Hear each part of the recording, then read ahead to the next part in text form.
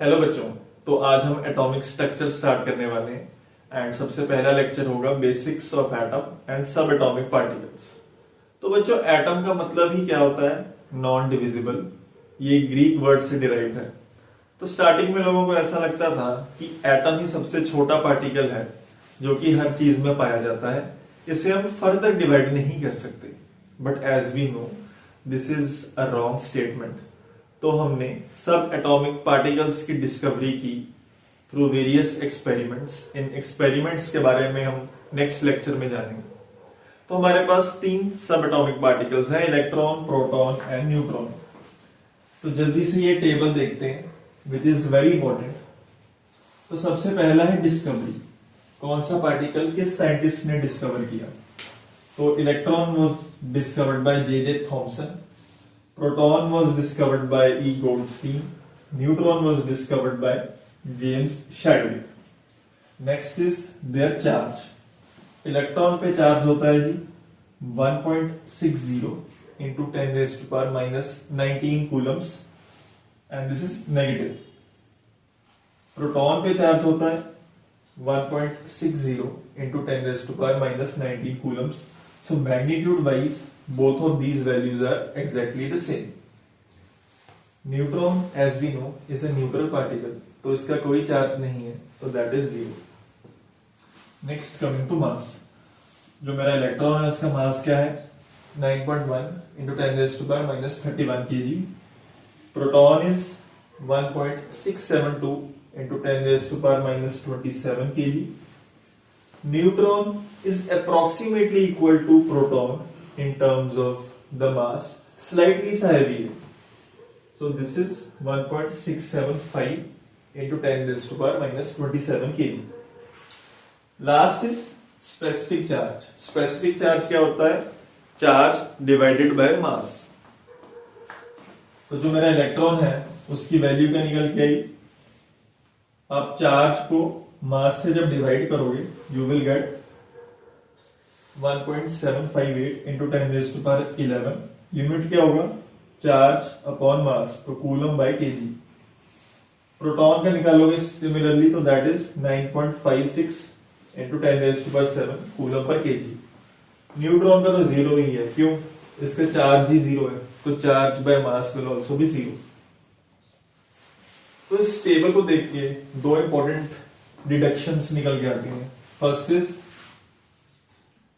जो मेरा mass of proton है that is approximately similar to the mass of neutron. Slightly सा heavy है, approximately you can say it is same. Next is mass of proton is 1837 times mass of electron. तो अगर आप proton का मास electron के मास से divide करेंगे you will get this value 1837।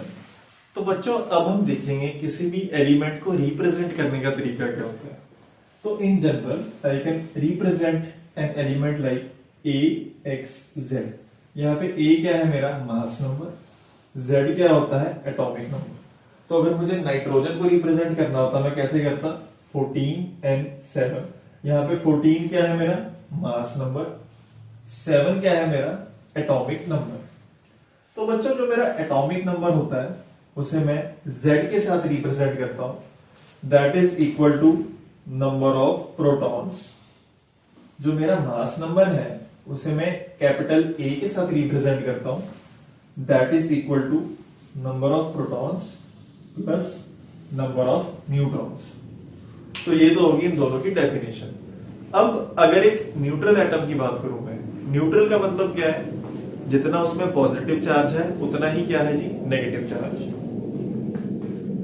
तो मैं लिख सकता हूं for a neutral atom number of protons is equal to number of electrons. भाई तभी तो ओवरऑल चार्ज न्यूट्रल आया, अगर जितना पॉजिटिव है उतना ही क्या है? नेगेटिव। तो न्यूट्रल एटम के लिए एटॉमिक नंबर को लिखने का एक और तरीका है। एनपी तो हमने देख ही लिया था, एंड न्यूट्रल के लिए एनपी किसके बराबर है? एनई। तो I can also write this equal to NE.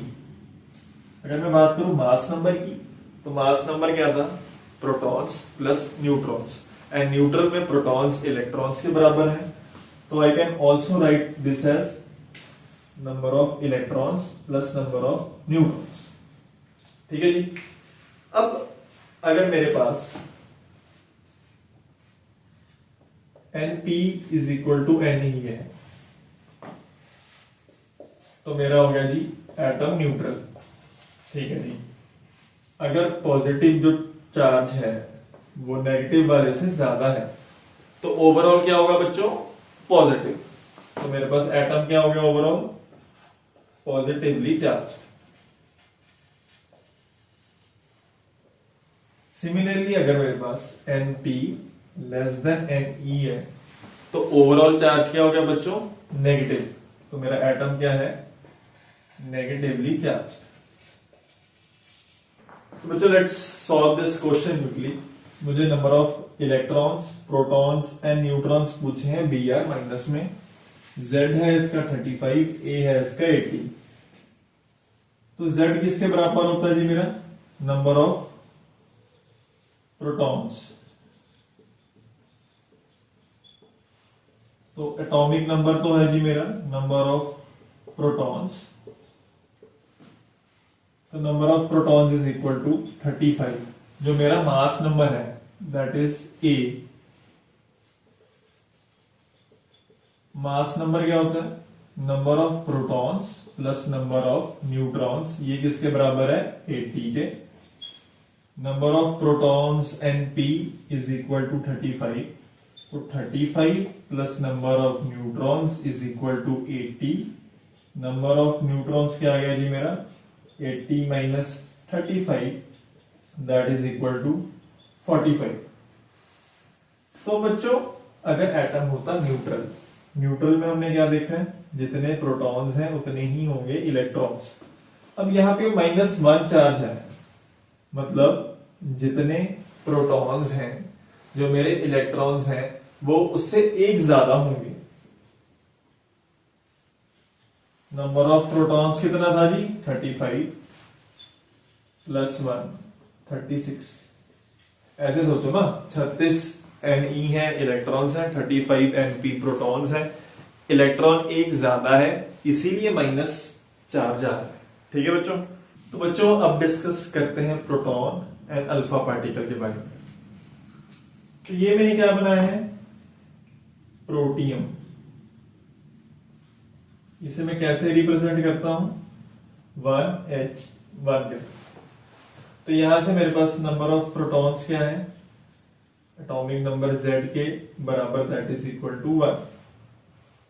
Number of protons plus number of neutrons is equal to the mass number A, this is equal to 1। तो मेरे पास नंबर ऑफ न्यूट्रॉन्स क्या आ गए, 0।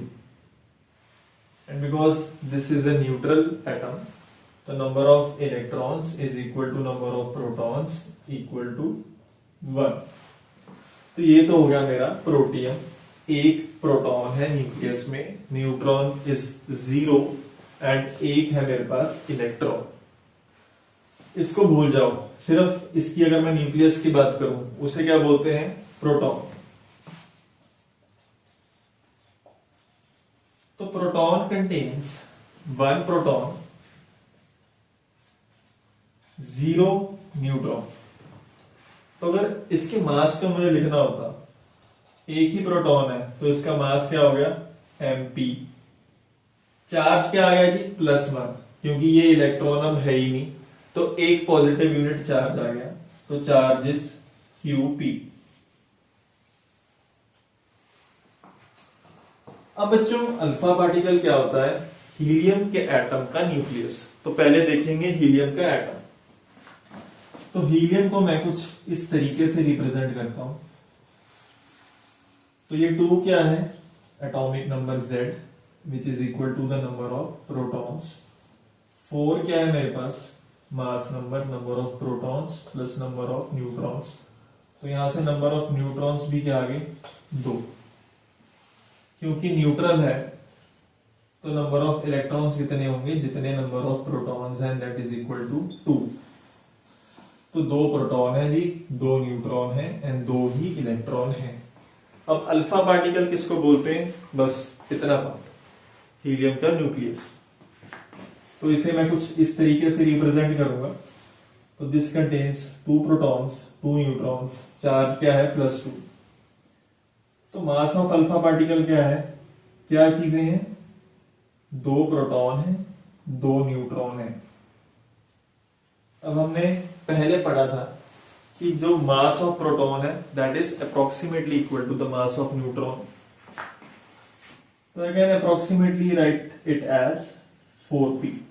ठीक, न्यूट्रॉन ऑल्दो स्लाइटली सा heavy होता है, but for approximation I can assume them to be approximately equal. Charge क्या है ये अल्फा पार्टिकल का, +2, तो इसका 2 टाइम्स है। ठीक है, so charge is 2qp and the mass is 4p। This is highly important. इसकी एप्लीकेशन हम नेक्स्ट क्वेश्चन में करते हैं। तो लेट्स सॉल्व दिस क्वेश्चन। मुझे इंक्रीजिंग ऑर्डर में रखना है चार्ज बाय मास के। तो इलेक्ट्रॉन का मास है E, चार्ज क्या है लेट से E, तो इसका charge by mass ratio is E/me। Proton का charge is exactly same in magnitude, तो इसे E बोल सकता हूं, बस साइन का डिफरेंस होगा। नीचे आएगा मास ऑफ प्रोटॉन। न्यूट्रॉन का charge is 0, so this entire thing will also be equal to 0। Alpha particle में 2 प्रोटॉन थे 2 ही न्यूट्रॉन थे, and we assumed its charge to be equal to 2e, क्योंकि इसमें 2 प्रोटॉन होते हैं एंड प्रोटॉन का magnitude wise charge is E, so total charge is 2e। Alpha particle में 2 प्रोटॉन थे 2 न्यूट्रॉन थे, so its mass is approximately equal to 4 times the mass of proton। हमने neutron का मास approximately equal to प्रोटॉन का मास माना।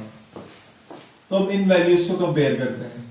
सबसे छोटा तो ये आ गया 0 अगर मैग्नीट्यूड की बात करूं। ठीक है, तो इसको मैं क्या लिख सकता हूं, अगर काट दूं E/2mp। So I have to compare E/2mp, E/mp and E/me। E and E is same।